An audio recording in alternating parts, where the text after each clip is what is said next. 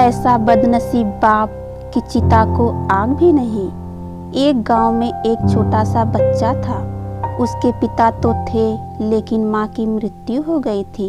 पिता सारा दिन काम करता और अपने बेटे को पाल पोस कर बड़ा करता है। वह सारे सुख अपने बेटे को देता है जो एक माँ दे सकती थी। उस पिता ने कभी कुछ नहीं मांगा, सिर्फ इतना ही मांगा कि मेरे बेटे को कोई परेशानी ना हो। दिन बीतते गए, बेटा पढ़ लिख कर अच्छा जॉब भी करने लगता है और वह शहर में रहने लगता है। कुछ दिन बाद वह अपने पिता से मिलने आता है और कहता है, पापा मुझे कुछ पैसों की ज़रूरत है। मैं चाहता हूँ कि शहर में ही ज़मीन लेकर अपना घर बना लूँ।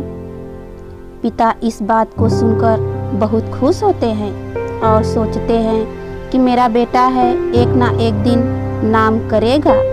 जिंदगी भर की बचाई हुई पूंजी को निकालकर अपने बेटे को दे देता है।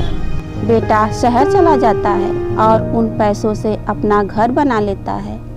पिता इंतजार करता रहता है कि मेरा बेटा फिर से आएगा, एक ना एक दिन तो मेरे पास आएगा ही, जाएगा कहाँ। उसके पास अब कोई नहीं जाता था क्योंकि ना ही अब उस पिता के पास पैसे थे और ना ही रहने का जगह था।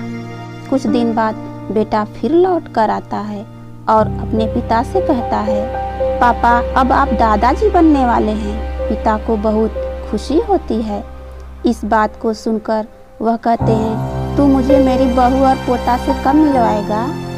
बेटा कहता है, बस पापा थोड़े दिन और। पापा मुझे कुछ पैसों की ज़रूरत है क्योंकि आजकल थोड़ा जॉब में दिक्कत हो रहा है, जिसके कारण से मुझे कुछ दिनों के लिए जॉब से निकाल दिया गया है। पिता के पास कुछ नहीं रहता है देने के लिए, लेकिन फिर भी कहता है, अच्छा बेटा तू रुक, मैं अभी आया कुछ पैसों का बंदोबस्त करके।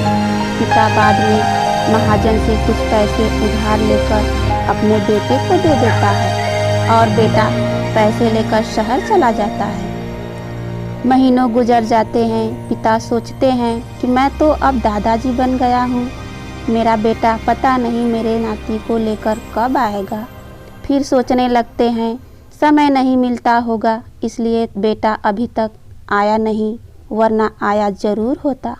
तब तक महाजन 2-3 आदमी को लेकर उस पिता के घर पर आता है और कहता है कि आपके वादे मुताबिक मैं पूरे 3 महीने बाद आया हूँ अपने पैसे ले जाने। पिता कहते हैं, मेरे पास पैसे नहीं हैं देने के लिए। महाजन कहता है, जब पैसे देने थे नहीं तो आपने मुझसे उधार क्यों लिया? तभी पिता कहते हैं, ठीक है रुको, मैं तुम्हारे लिए पैसों का बंदोबस्त करके आता हूँ। और वहाँ के नज़दीकी अस्पताल में चले जाते हैं। वहाँ जाकर अपना ब्लड डोनेट करते हैं और अपनी एक किडनी बेच देते हैं और उस महाजन का कर्ज दे देते हैं। किडनी बेचने के बाद उनकी स्थिति और भी खराब हो जाती है और वह उस राह में जी रहे होते हैं कि मेरा बेटा एक दिन आएगा ज़रूर। इस आस से जीते जीते एक दिन पिता की मृत्यु भी हो जाती है, परंतु उस बेटे को अपने पिता को आग देना भी नसीब नहीं हुआ। भगवान ऐसा बेटा किसी को ना दे। धन्यवाद।